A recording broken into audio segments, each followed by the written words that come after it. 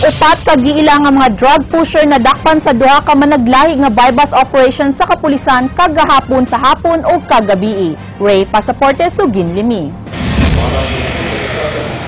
Ang Regional Anti-Illegal Drugs Special Operations Task Group kung REDSOT misikop nila ni Rinaldo Torrefil, Marcelo Calvo Jr. ug Juan Ray Alpizzi diha sa Unit 2 Carbon Market sa Barangay Ermita. Si Torrefil maoy gipalitan og usa ka pakete nga gidudang shabu sa kantidad nga 200 pesos. Ang kapulisan nakakuha og laing 22 ka pakete sa shabu ug 500 pesos cash nga gituang halin. 7 sab ka pakete sa shabu nakuha gikan kang Marcelo ug 10 gikan kang Juan Ray.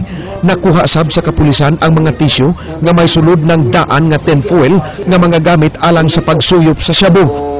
Tugay-tugay ni siya, ginagmay ba, pero kusog, makahurot sila mga 200 ka pakiti kada adlaw. Kaya pagka order na sila, atdan na sabi ha. Atdan sila, nalgnay mo hatod nila.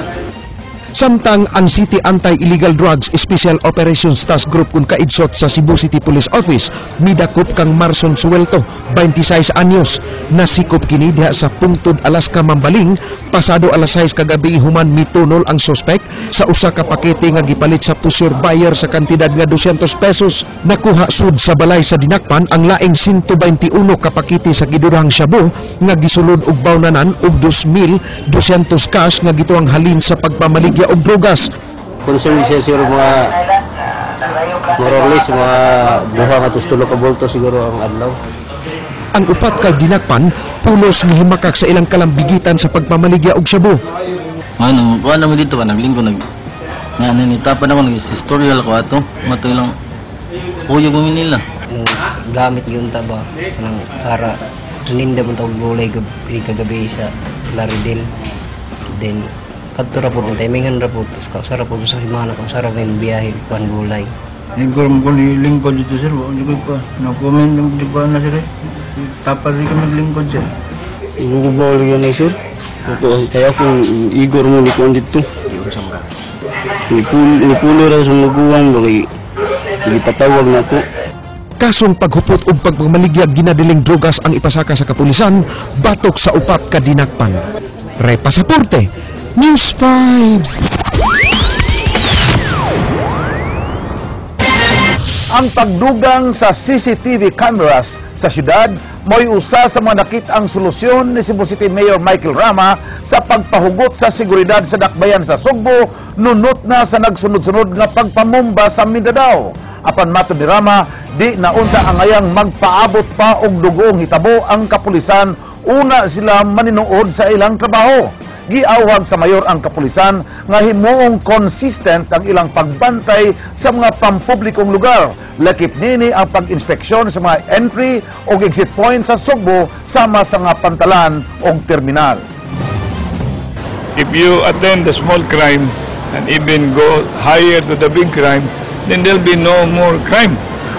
But if you go and did not mind the small crime and then you concentrate even the middle crime, and the more there was going to be more big crimes. So it's I call it a broken window policy. Don't wait for the whole window to be broken. If there is some breakage, a little, fix it. Libreng bakuna gidapat sa mga estudyante sa dakbayan sa Sugbo. Ang mga estudyante sa high school gisiguro sa mga sakop sa Department of Health o health official sa dakbayan sa Sugbo. Sila ang giilang nga dali ra nga matakbuyan sa mga sakit. Andrea Patenia, Sugin Limi. Cebu Provincial Health Office. Susama ra kuno sa sakit sa pinaakan sa Hulmigas. Mao kini ang paghulagway sa mga tinun-an sa high school nga gipaubos sa bakuna batok sa MMR kun measles, mumps ug rubella vaccine ug TD kun tetanus and diphtheria vaccine sa mga opisyales sa Department of Health ug Cebu City Health Department kaganihang buntag. Ano na luspad man ka? Wala no. Ano ka? Gamay. Naman. Okay naman, di mo kayo sakit. Ang mga tinunan sa Abellana National High School mo ay unang gipaubos sa libreng bakuna sa Central Visayas. Sa tibuok buwan sa Agosto, adunay kapin 170,000 ka mga tinunan sa lalawigan sa Sugbo nga bakunahan.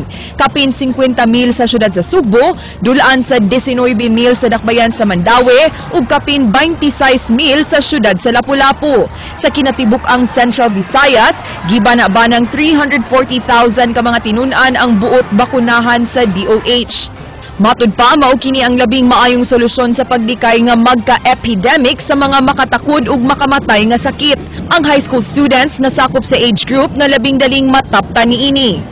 Bisag naapay wild poliovirus, bisag naapay mga virus ang nga nagdaog, measles, mumps, rubella, diphtheria o tetanus, dili na sila mo kahimahimong epidemic kay almost everybody has been protected. Base sa talaan sa National Epidemiology Center, misaka ang gidaghanon sa kaso sa measles kung tipda sa nasud, gikan sa 1,157 sa 2010 ngadto sa 1,562 sa 2011. Niadtong miaging tuig, naalarma ang mga health officials tungod sa sunod-sunod nga kaso sa tipda sa Sugbo.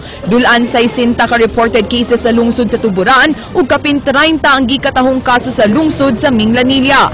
Ang tipdas gikan sa rubiola virus nga makamatay kung pasagdan. Ang measles mo na siya fever, unya kanang upper respiratory, just the common symptoms of an upper respiratory tract infection. Pero kung mo grabe ko na siya, maka-develop man sa naslag meningitis ug uban pa nga mga complications. Sa laing bahin ang diphtheria, usa ka sakit nga moatake sa respiratory system. Kanang murag naabitay luas sa kabaw sa iyahang tutunlan. Oo. Unya maka-develop siya og respiratory difficulty and respiratory failure. 24 ka kaso ang natala sa DOH niadtong 2010 nga misaka ngadto sa 31 sa tuig 2011. Samtang gipahibaw sab sa mga health officials nga padayon gihapon ang ilang pagtuon ug pagtest sa dengue vaccine nga gilaumang ipagawa sa di pa ang tuig 2016. Andrea Patania, News 5. Nangandam ang atong mga kapatid nga Muslim alang sa pagsaulog sa Eid al-Fitr ug Mang Adlaw. Kini ang usa sa labing dako nga Islamic holiday sa tibuok kalibutan agi og pagtapos sa ilang usa ka buwan nga pagpuasa. King Perez Sugin Limi. Ug Mang Adlaw giddeklarar nga holiday isip pagsaulog sa Eid al-Fitr, ang katapusan sa Ramadan kuno usa ka buwan nga pagpuasa sa mga kaigsuonang Muslim pangaliyak ang ala. Timailhan sa pagsaulog sa Eid al-Fitr ang pagsubang sa bagong buwan. Ang komitiba nga gitugyanan sa pagtanaw sa buwan mipahibaw nga ugma ang adlaw sa pagsaulog. Apan matod ni Imam Aladin Upon sa Al-Khairia Mosque, ang labing dako nga mosque sa Sugbo nga anaanay mga Muslim nga nagsaulog sa kapistahan karong adlaw. Kini tungod adunay migawas nga mga balita nga nakit-a na ang bagong buwan sa nasod sa Malaysia kagahapon sa gabii. Gani pipila ka mga Muslim ang nasayran nga miabot na sa moske tungod sa pagtuo nga sa ulugon ang Eid al-Fitr karong adlaw. Nagkamali sila ng tingin. So bali sabi nila, pwede natin i-break ngayon araw na to, pero ang prayer, congregational prayer or Eid al-Fitr prayer will be tomorrow, Friday. Hinoon gilantaw ni Imam Upon nga daghan pang mga Muslim ang moabot sa moske ug Mang Adlaw. Human sa pagbisita sa moske, mahimo na nga mopatigayon og kaugalingong pagsaulog ang mga Muslim. It is the day of praising Allah. Kanang oras o panahon o araw ng pagpapasalamat sa Panginoon sa lahat ng mga natatanggap nating biyaya, o di kaya araw ng paghingi ng kapatawaran sa Kanya sa lahat ng mga mali na nagawa natin, dahil tayo ay mga tao lamang. Mag-embrace ang bawat isa sa kanya mga kaibigan, tapos kung may kaaway ka, kailangan magbati na kayo. Giandaman sab ni Upon ang pag-abot sa mga Muslim ugma. Gani gipanindot ang moske pinaagi sa pagbag-o sa pintal niini. Nag-andam na sab og ginagmay nga mga snacks idalit sa mga mangabot ugma. King Perez, News 5. Nabangalan na ang patayng lawas sa lalaki kinsa mipalayat sa gisakyan nilang motorsiklo sa sapa dito sa Argao. Kini og usa ka babae gighukod sa mga pulis sa lungsod sa Argao tungod sa reklamo nga pagpangilad. Ray Pasaporte, Sujin Limi. Tulo ka adlaw sukad na missing ni adtong Lunes sa buntag si Gilbert Hill humana anod sa tubig baha sa sapa sa barangay Campanua sa lungsod sa Argao. Kaganina nakit-an ang iyang patayng lawas nga nilutaw na sa sapa nga gibanabanang usa ka kilometro sa sapa diin ilang gipaambak ang ilang gisakyan nga motorsiklo samtang gigukod sa mga pulis ni adtong Lunes sa buntag.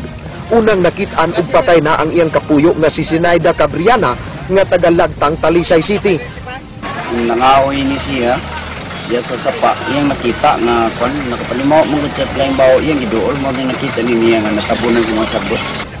Ang igsuong babae niini nagsigi og panawag sa Argao Police Station sa pagsusi kung nakita na ba ang patayng lawas sa iyang manghod. Halos dili na mahitsura ang naong ni Gilbert Hill. Matod ni Lini, ang iyang nahibawan sa iyang igsuon nga mamaligya kini og hapas sa insik ug sa samang higayon musukod sa mga blood pressure sa ilang gibaligyaan sa tambal. Apan wala siya'y kasayuran kabahin sa gipasangil nga pagpangilad niini. Itong nahibawan na sir, salesman kanang tambal sa insik na dyan na yan ipanuhan. Kung sa magaling ilang isa kaya na nga, kuwan mo lang ito kaibaw. Hinuon iyang giangkon nga nadakpa na iyang igsuon ni adtong Disyembre sa maiging tuig didto sa lungsod sa Pinamungahan. Iya kining gipensahan og 20,000 pesos. Ang patayng lawas ni Gilbert Hill ana karon sa St. Francis Funeral Homes sa Dakbayan sa Naga ug matod ni Lenny iyang ipatupsi ang patayng lawas sa iyang igsuon sa pagwagtang sa pagduda nga gipasipad ang iyang igsuon sa mga pulis. Ray Pasaporte, News 5.